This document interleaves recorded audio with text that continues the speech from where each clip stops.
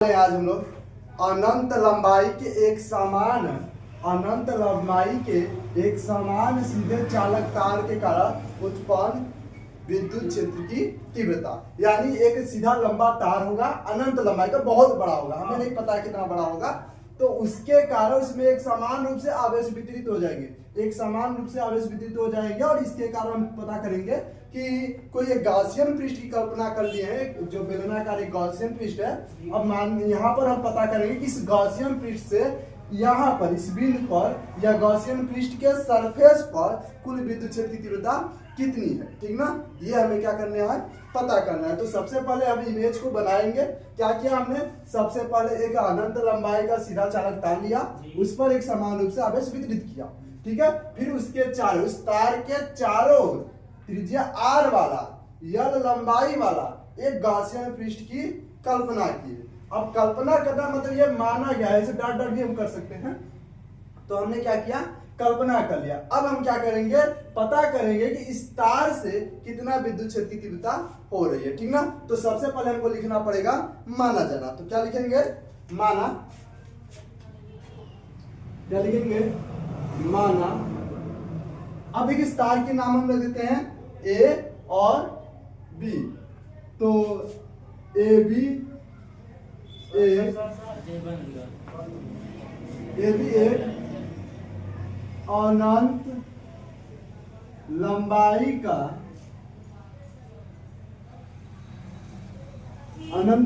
का सीधा चालक तार है। हमने क्या मान लिया कि ए बी एक अनंत लंबाई का सीधा चालक तार है। अब इस तार के चारों ओर हम एक बेलनाकार गॉसियन पृष्ठ की कल्पना करते हैं। तो क्या लिखेंगे, तार के चारों ओर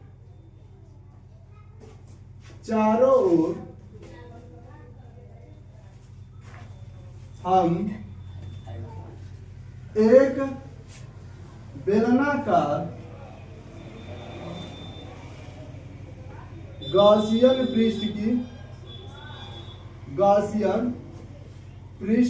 की कल्पना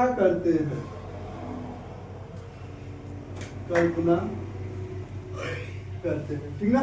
क्या करेंगे, हम इस तार के चारों ओर एक गॉसियन पृष्ठ की कल्पना करते हैं जिसकी त्रिज्या r है और लंबाई यल है। तो लिखेंगे जिसकी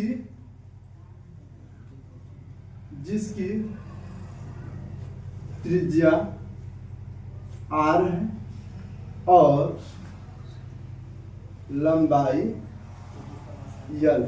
ये काफी है, माना जाना बहुत बड़ा लिख सकते हैं, लेकिन ये नॉर्मली छोटा सा लिख दिए काफी है। अब एक बात समझिएगा, यहां पर हमने तार रखा, ठीक ना। इस तार पर एक समान रूप से क्या फैला है, आवेश फैला है। तो इस आवेश से वैद्युत बल रेखाएं निकलेंगी, वैद्युत फ्लक्स निकलेंगे कि नहीं, निकलेंगे ना। तो ये वैद्युत फ्लक्स जो निकलेंगे वह कौने पृष्ठ से निकलेंगे, समझिएगा। तो यहाँ पर देखिए एंगल बन रहा है, देखिए जो बेलन होता है उस बेलन का दो सतह है, एक ऊपर वाला सतह होगा, एक नीचे वाला सतह होगा आधार, और इसके बाद एक वक्र पृष्ठ हो जाएगा। तो यहाँ पर देखिए हम बताए थे आपको कि जब भी जो क्षेत्रफली सदिश होता है पृष्ठ के लंबवत होता है, तो जो हमारा ये बेलनाकार भाग है जिसे मार्कर है, मार्कर का ये वाला भाग है, ठीक ना, ये बेलनाकार तो है। तो जब इसको ऐसे रखे तो इसका ये पृष्ठ जो है, इसका क्षेत्रफली सदिश कहाँ जाएगा, ऊपर, क्षेत्रफली सदिश कहाँ जाएगा, ऊपर। लेकिन आवेश के कारण विद्युत क्षेत्र की तीव्रता किधर जाएगी, या तो इधर या तो इधर, तो ई हो जाएगी इधर। तो ये कुछ इस प्रकार का बनेगा लंबवत, ठीक ना, यानी इसके बीच में कोण कितना बन रहा है, 90। आई बात समझ में।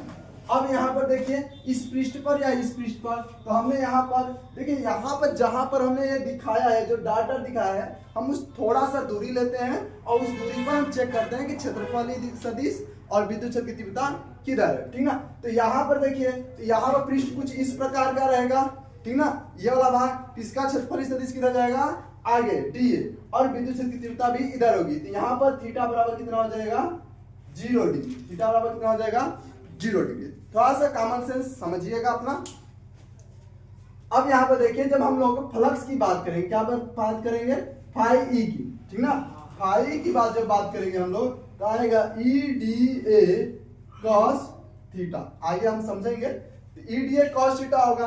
अब जब हम थीटा की वैल्यू 90 रखेंगे, थीटा का मान 90 रखेंगे, तो पूरा कितना हो जाएगा? 0 हो जाएगा। 0 हो जाएगा, यानी फाई ई की वैल्यू क्या हो जाएगी? 0 हो जाएगी। ठीक ना? फाई ई की वैल्यू क्या हो जाएगी? 0। यानी कि ऊपर से कोई भी वैद्युत फ्लक्स नहीं जाएगा, नीचे से भी कोई वैद्युत फ्लक्स नहीं जाएगा, क्योंकि ऊपर जैसा वैसा नीचे है, तो ऊपर और नीचे से कोई भी वैद्युत फ्लक्स नहीं गुजरेगा। तब कहां से गुजरेगा? इसके पृष्ठीय क्षेत्रफल से वैद्युत फ्लक्स गुजरेगा। आई बात समझ में? तो लिखेंगे, क्या लिखेंगे? तो लिखेंगे, देखिए, बेलनाकार भाग के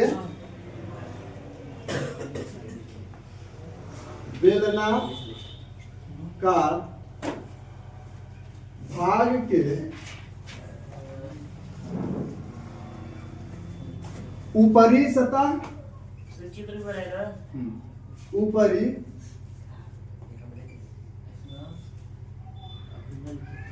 सतह तथा निचले सतह से गुजरने वाला कुल विद्युत फ्लक्स, गुजरने वाला कुल विद्युत फ्लक्स शून्य होंगे, शून्य होंगे। अब ऐसा क्यों होगा? क्योंकि यहां पर विद्युत क्षेत्र की तीव्रता और क्षेत्रफलीय सदिश एक दूसरे क्या है?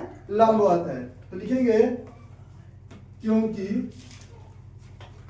वेक्टर ई तथा वेक्टर डी एक दूसरे के लंबवत। कोई दिक्कत बताइए? यहां तक किसी कोई दिक्कत होगा? बताइए।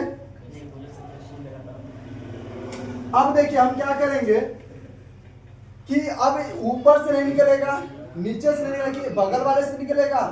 तो बेलनाकार भाग के वक्र पृष्ठ से गुजरने वाला कुल विद्युत फ्लक्स क्या लिखेंगे? बेलनाकार भाग के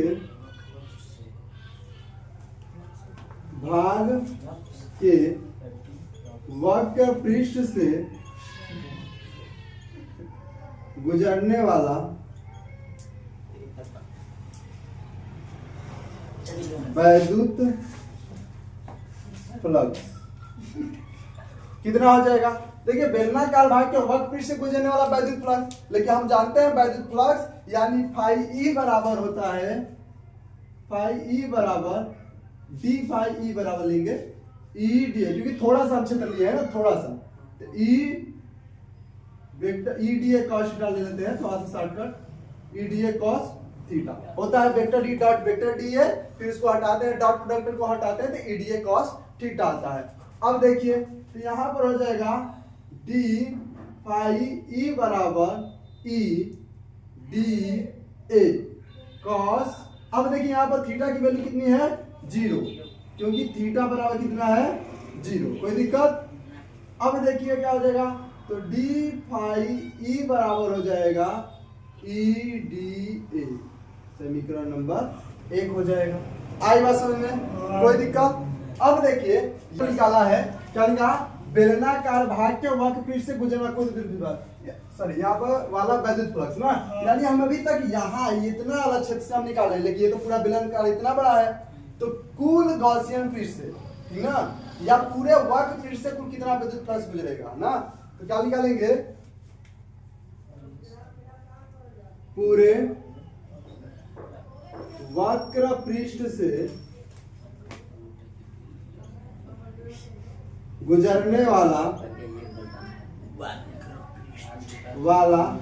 कुल वैद्युत फ्लक्स। ध्यान रहे, यहां पर अब सबको जोड़ने वाले हैं, और जब कुल की बात आ जाए तो वहां पर हम क्या करेंगे? समाकलन। क्या करेंगे? वैद्युत फ्लक्स।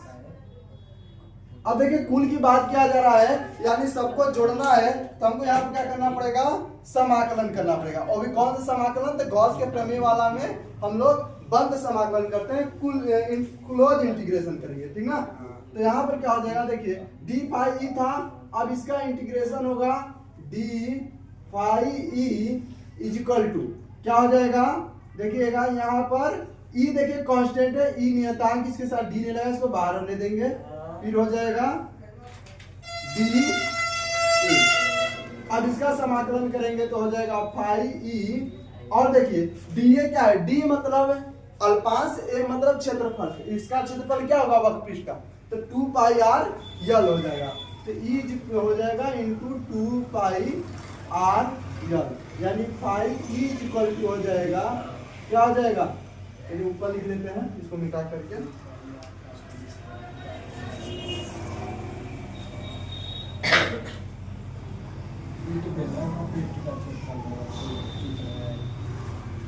तो यहां से फाई ई बराबर क्या हो जाएगा, phi E is equal to 2 pi R L into E, समीकरण नंबर 1, ठीक है।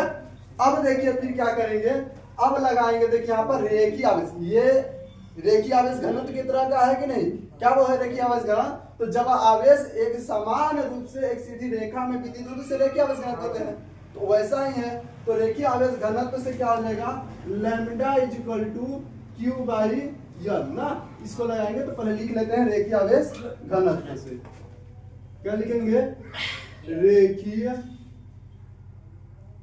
आवेश घनत्व से, रेखीय आवेश घनत्व से क्या हो जाएगा, तो वहां से हो जाएगा lambda is equal to Q by L. अब देखिए हमको आवेश निकालना होगा, तो यहाँ से क्यू इज इक्वल टू क्या हो जाएगा, Q is equal to lambda L, ठीक है। इसको समीकरण हम एक बना लिए हैं, समीकरण 2 इसको बना लेंगे, ठीक है। अब देखिए लिखेंगे फिर से, अब यहाँ पर क्या करेंगे, हम गॉस का प्रमेय यूज करेंगे, क्या यूज करेंगे, गॉस का प्रमेय, तो गॉस के प्रमेय से, गॉस के प्रमेय से, गॉस के प्रमेय से क्या हो जाएगा, यानी बोलते हैं गॉस चचा कि फाई ई बराबर होता है क्यू बाई इप्सिलॉन नॉट, लेकिन क्यू का मान क्या है, लैम्डा यल है, तो क्यू की जगह पर रख देंगे हम लैम्डा यल बटे इप्सिलॉन नॉट, ठीक ना, कोई दिक्कत। अब इसको बना लेते हैं हम समीकरण नंबर 3।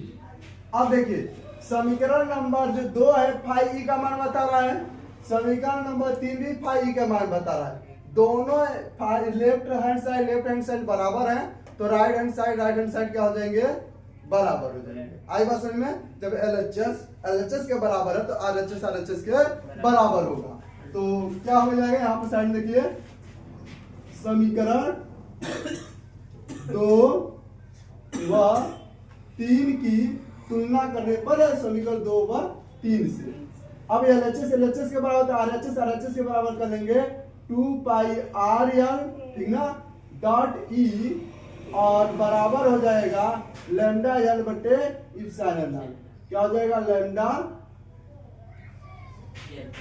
यल बटे इप्सिलॉन नॉट। यहां से देखिए ई की वैल्यू हमको निकालनी चाहिए, ई की वैल्यू निकालनी तो बाकी सब आ जाएगा बटे में, तो क्या हो जाएगा, देखिएगा 1 बाई, ठीक ना, अब 2 पाई आर यल ना, 2 पाई आर यल, और इंटू हो जाएगा, अब इसके बाद लैम्डा यल बटे इप्सिलॉन नॉट, कोई दिक्कत। अब देखिए क्या करना, अब सब हल हो गया, अब जुगाड़ लगाना, देखिए 1 बाई 2 है 2, अब देखिए हम क्या जानते हैं 1 बाई 4 पाई इप्सिलॉन नॉट जानते हैं, तो हम इसको बनाएंगे 1 बाई 2 पाई इप्सिलॉन नॉट बना सकते हैं, बताइए, इप्सिलॉन नॉट को यहाँ रख दिए, अब बचा क्या, लैम्डा यल बटे, अब इसमें क्या बचा है, आर बचा है, यल बचा है, यही ना बचा है, यही बचा है, यल से यल को काट सकते हैं, काट दिए। अब देखिए ई बराबर हो जाएगा, ऊपर नीचे 2 से गुणा कराएंगे, क्या कराएंगे, 2 से गुणा, तो हो जाएगा 1 बाई 2 से गुणा करा रहे हैं, ताकि देखिए हम लोग 1/2 पाई स्क्वायर का मान नहीं जानते, 4 पाई का जानते। जब नीचे 4 बना तो नीचे दूसरे गुणा करना पड़ेगा, जब नीचे करेंगे तो ऊपर भी तो करना पड़ेगा।